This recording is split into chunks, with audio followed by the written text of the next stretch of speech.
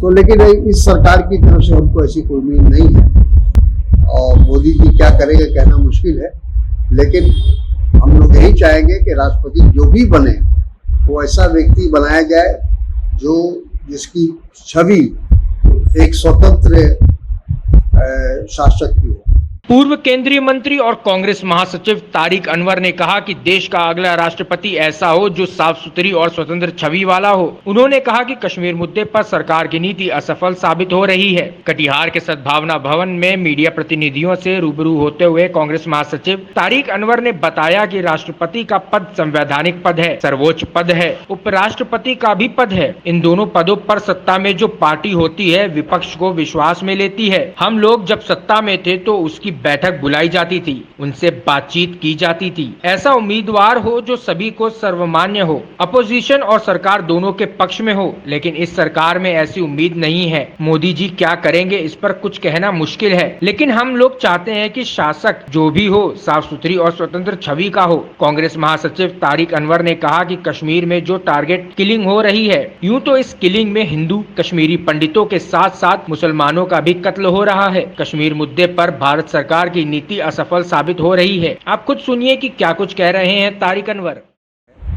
तो लोग यकीन नहीं करते थे, विश्वास नहीं करते थे, भारतीय जनता पार्टी उसको झुठलाती थी। लेकिन आज दुनिया के लोग, दुनिया के सब, मतलब यूँ कहा जाए कि 25-30 देश तो खुलकर आज इस बात को कह रहे हैं और बाकी देशों में भी ये बातें हैं, इंटरनेशनल मीडिया ये कह रहा है। तो सवाल ये है कि अब भारतीय जनता पार्टी को उस पर विचार करना चाहिए। मेरी तो यही उनको सुझाव होगा कि अपना वो रवैया बदले और जो देश का एक धर्मनिरपेक्ष और लोकतांत्रिक जो हमारी छवि है उसको बचाने की कोशिश करें। भारतीय जनता पार्टी का जो रवैया है या उनकी जो नीति है वो कोई छुपी हुई नहीं है। वो सीधे सीधे है कि भाई हम सब जो हमारा रास्ता है वो सांप्रदायिकता से गुज़रता है, फ़िरका परस्ती से गुज़रता है और इसलिए हम उस रास्ते को अपनाएंगे। उसका लाभ भी उनको किसी हद तक मिला है क्योंकि पोलराइजेशन करने में, ध्रुवीकरण करने में उसका इस्तेमाल उन्होंने किया है। लेकिन आज भारत की जो पूरे दुनिया में, पूरे विश्व में जो छवि बन रही है वो बहुत दुखदायक है क्योंकि लोग सिर्फ निंदा ही नहीं कर रहे हैं। जितनी भी अभी यूएसए का भी, उसके यूनाइटेड नेशन का भी, कई देशों का ऐसा आया, यूरोप के देशों का, जिसमें ये भारत के बारे में कहा गया है कि भारत के अंदर जो अल्पसंख्यक समुदाय है वो सुरक्षित नहीं है, वो पूरी तरह से उनके साथ जो व्यवहार है वो सही नहीं है। और उसके साथ साथ ये भी कहा गया है कि लोकतंत्र भी आज भारत के अंदर ख़तरे में है। तो ये दुनिया के लोग अब इस बात को स्वीकार कर रहे हैं। जब हम लोग, कांग्रेस का सवाल है, कांग्रेस ने अभी उदयपुर में भी हमारा जो शिविर हुआ उसमें भी हम लोगों ने जो डिक्लेरेशन किया है या जो हम लोगों ने प्रस्ताव लिया है उसमें उसका समर्थन किया है। इसके पहले भी हम लोगों ने समर्थन किया था और यहाँ बिहार में ख़ास तौर पर जो ऑल पार्टी डेलीगेशन प्रधानमंत्री से मिला था उस डेलीगेशन में हमारे कांग्रेस के भी सीएलपी लीडर शर्मा जी थे और कहने का अर्थ ये है कि हम लोग का स्टैंड बहुत क्लियर है कि आरक्षण को सही ढंग से लागू करने के लिए उसका लाभ सबको मिले। जो भी कमज़ोर वर्ग के लोग हैं, जो भी पिछड़े वर्ग के लोग हैं, उनको उनके आबादी के अनुपात में उनको मिले, इसलिए ये ज़रूरी है।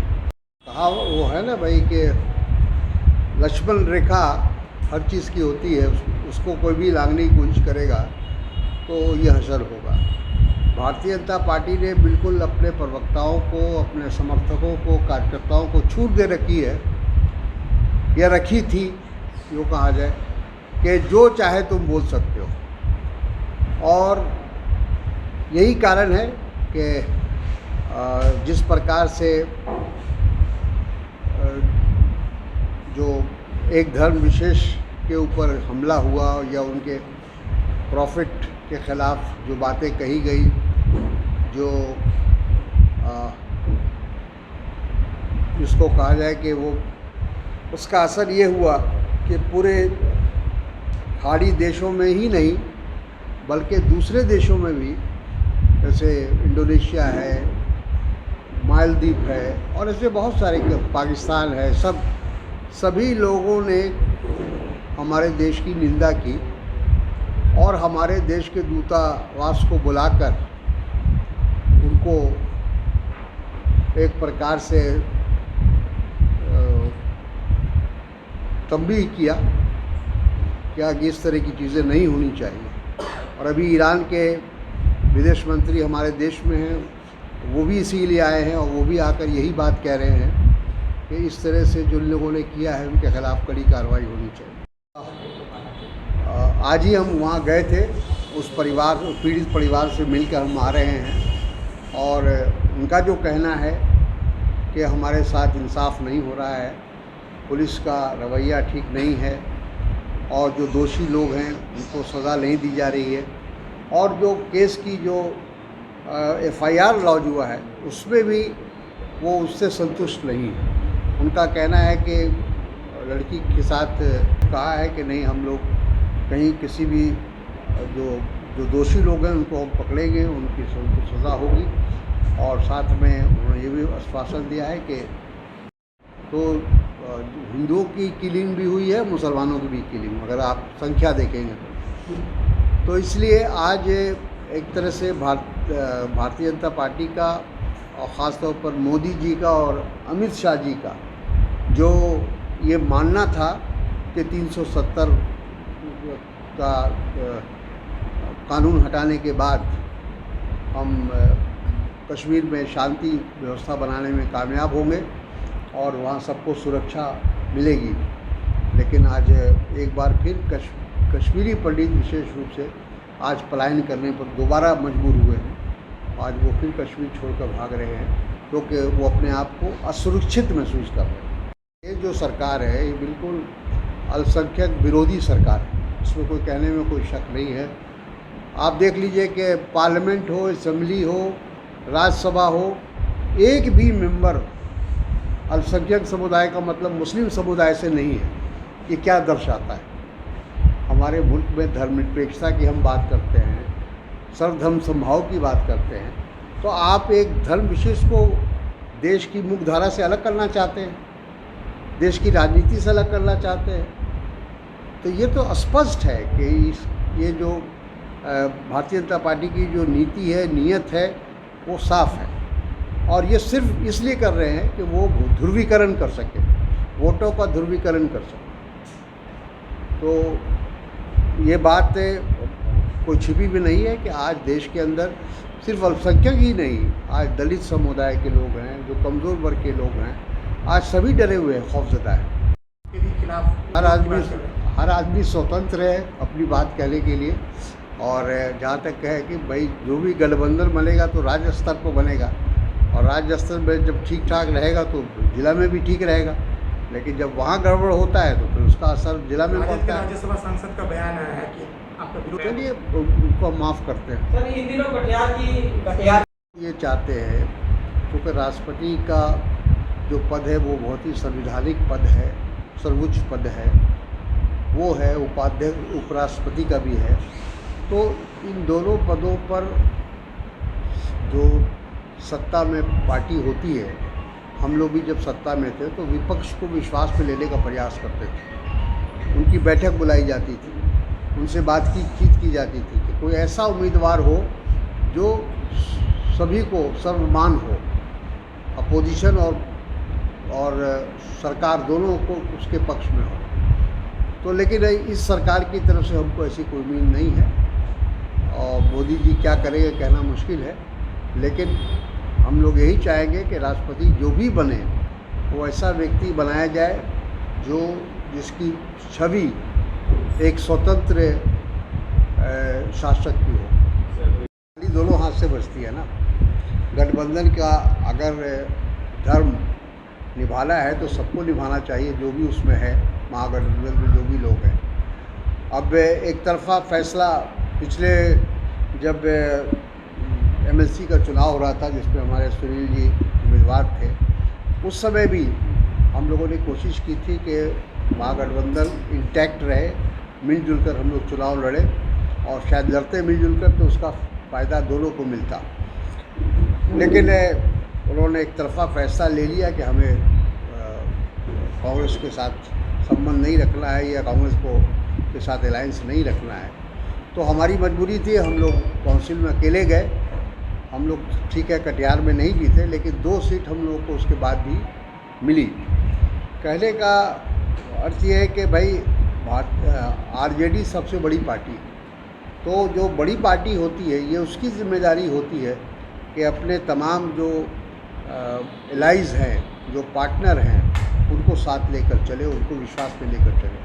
लेकिन अगर वो तय कर लिया उन लोगों ने कि हमको कांग्रेस के साथ संबंध नहीं रखना है, तो इस बात की वो एक औपचारिकता करनी चाहिए, उनको बताते उनको घोषणा कर देना चाहिए कि हमारा जो गठबंधन है या वो ख़त्म हो गया, अब हम अकेले चुनाव लड़ें।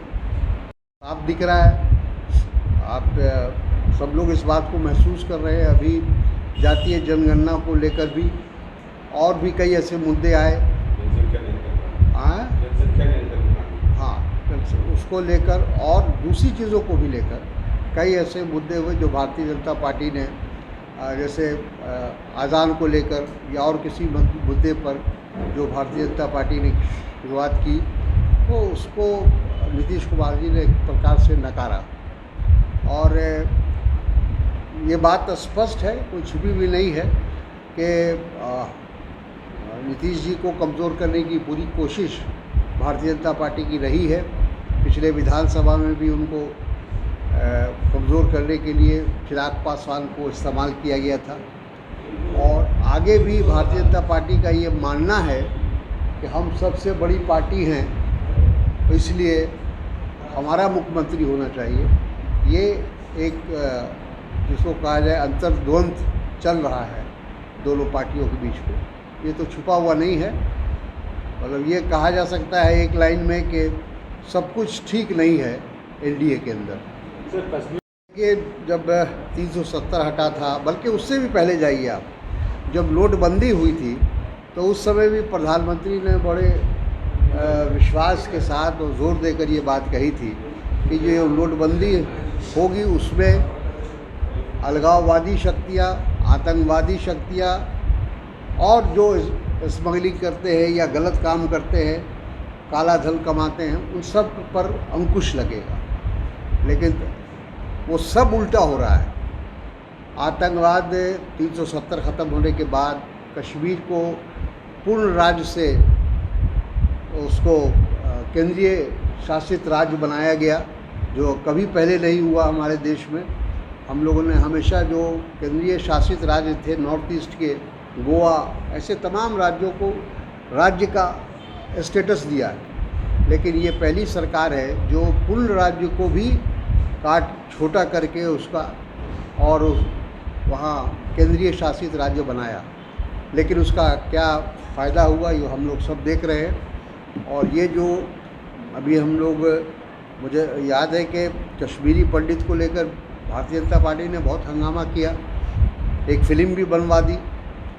लेकिन आज फिर एक बार कश्मीरी पंडित ख़ास तौर पर, ऐसे तो किलिंग सबकी हो रही है, हर जात की हो रही है, वहाँ मुसलमानों की भी किलिंग हो रही है, क्योंकि आतंकवाद वो नहीं देखता, धर्म को नहीं देखता, जाति को नहीं देखता। आतंकवाद तो जो उसके ख़िलाफ़ होगा, जिससे उसको लगेगा कि ये हमारे लिए चुनौती है, उसकी हत्या करेगा या उस पर हमला करेगा। तो कांग्रेस पार्टी चाहती है ऐसा हो, और भारतीय जनता पार्टी क्यों विरोध कर रही है इसका समझ में नहीं आ रहा है। यहाँ भी नीतीश कुमार जी के स्टैंड लेने के बाद भारतीय जनता पार्टी एक लगता है कि मजबूरी में उन्होंने ये फैसला लिया है समर्थन का। नहीं तो भारतीय जनता पार्टी की नीयत कभी नहीं थी, क्योंकि जब डेलीगेशन जाके मिला था प्रधानमंत्री से तो उन्होंने उसको टाल मटोल कर दिया था, गृह मंत्री ने भी टाल मटोल कर दिया था। तो इससे ये जाहिर है कि भारतीय जनता पार्टी जातीय आधार पर गन्ना क्या कहते हैं उसको, मतगणना, जनगणना को स्वीकार करने को तैयार नहीं। अगर आपको हमारा वीडियो पसंद आया हो तो इसे लाइक करें, सब्सक्राइब करें और साथ ही बेल आइकन दबाना ना भूलें।